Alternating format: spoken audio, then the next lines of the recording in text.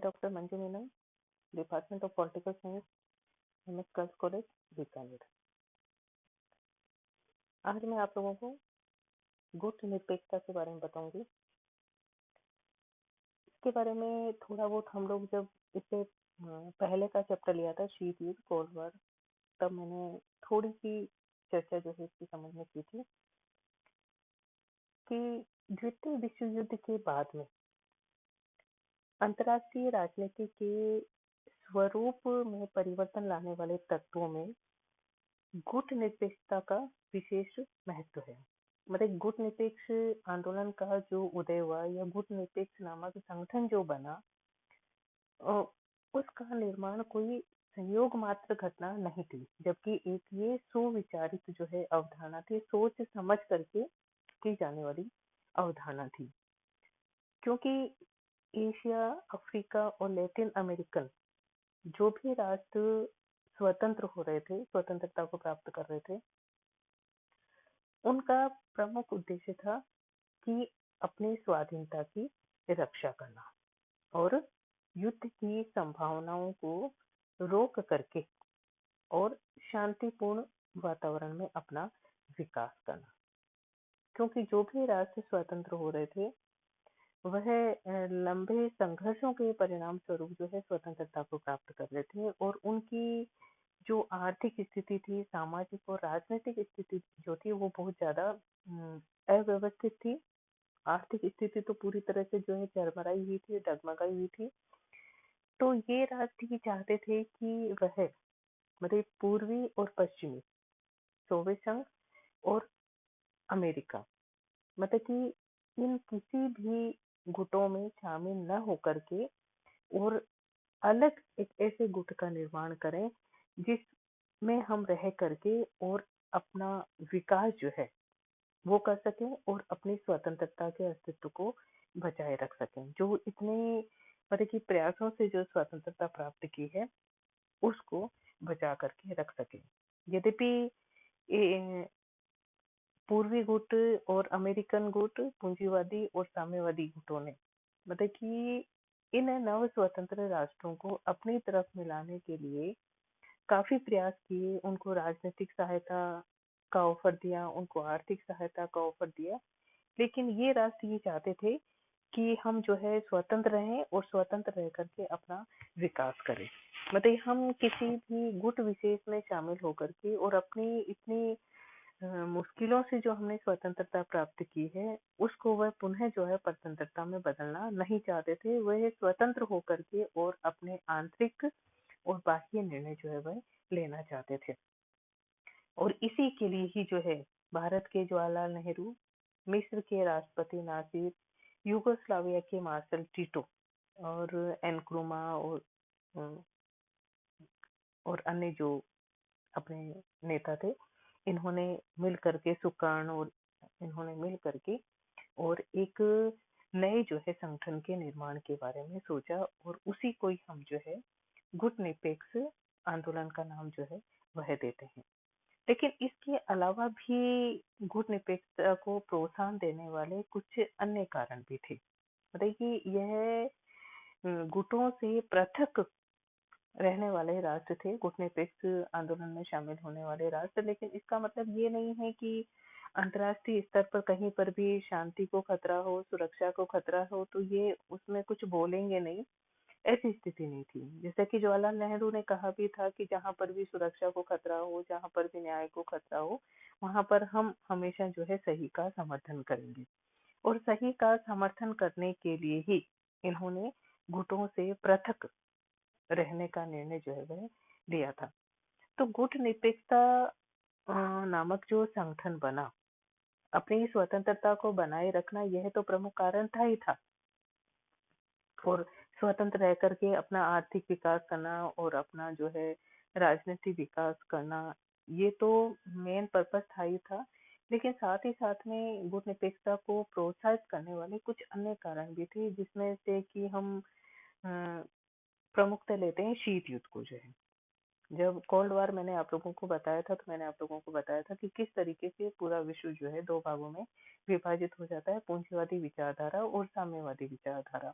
और लंबे समय तक इन दोनों ही गुटों के मध्य जो है शीत युद्ध जो है चलता है। मतलब कि अनेक बार ऐसी घटनाएं घटित हुई जिसमें ये लग रहा था कि जो है थर्ड वर्ल्ड वॉर हो सकता है कभी भी।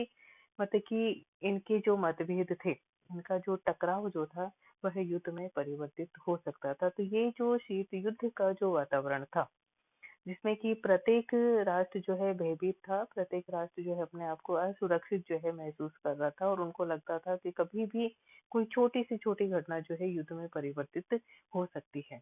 तो इस तरह के तनाव में जो नव स्वतंत्र राष्ट्र थे वह किसी गुट में शामिल होकर के इस तरह के तनाव को नहीं झेलना चाहते थे और वही चाहते थे कि हम स्वतंत्र होकर के और हम इस तरह के मतलब कि माहौल में नहीं पड़ करके हम शांति से जो है अपना विकास जो है करना चाहते हैं। हमें न तो किसी सैनिक गठबंधन से मतलब है, न ही सैनिक संधियों से मतलब है। हम इस तरह के किसी भी मतलब कि से संबंध जो है नहीं रखना चाहते हैं और इनसे अलग रह करके अपना स्वतंत्र रूप से विकास करना चाहते हैं। दूसरा जो गुट अपेक्षा को प्रोत्साहित करने वाला कारक था वो था कि अ, एक भावनात्मक और मनोवैज्ञानिक व्यवस्था भी इन राष्ट्रों की है। मतलब कि ये राष्ट्र जो है सिर्फ औपचारिक रूप से स्वतंत्र नहीं रहना चाहते थे, बल्कि ये चाहते थे कि अ, जो शक्तियां हैं, जो प्रभावशाली राष्ट्र हैं, मतलब कि उनसे उनके प्रभाव से ये पूरी तरीके से मुक्त होना चाहते थे।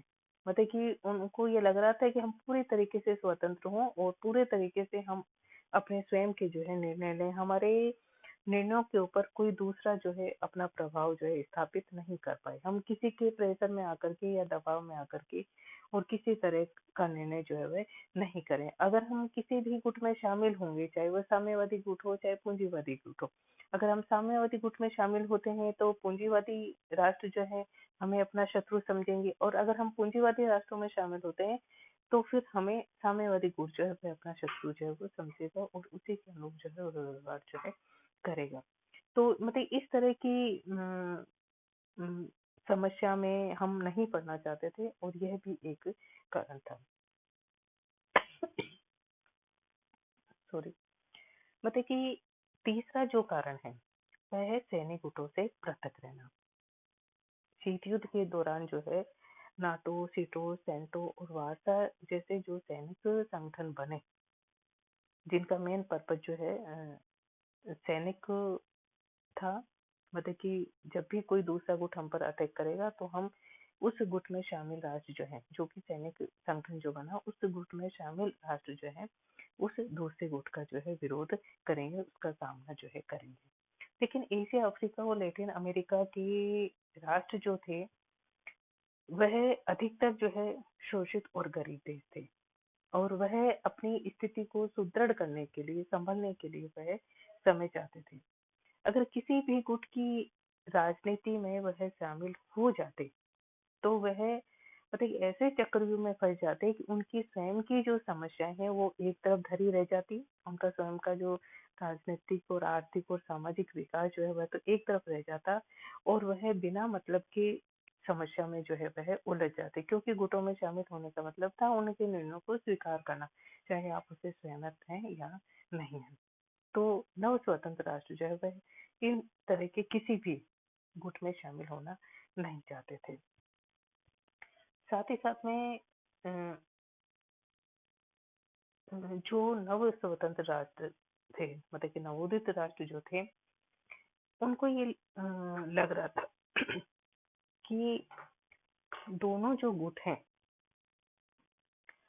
वह उन दोनों गुटों में ही वैचारिक संघर्ष है और ये राष्ट्र जो है अपनी राजनीतिक, आर्थिक, सांस्कृतिक और सामाजिक संस्थाओं के पृथक स्वरूप को बनाए रखना चाहते थे। मतलब कि वह ये नहीं चाहते थे कि उनकी पहचान जो है किसी दूसरे की वजह से हो, किसी भी दूसरे राष्ट्र की वजह से हो। मतलब कि वे किसी दूसरे राष्ट्र की छाया मात्र जो है वह नहीं बन सकते थे।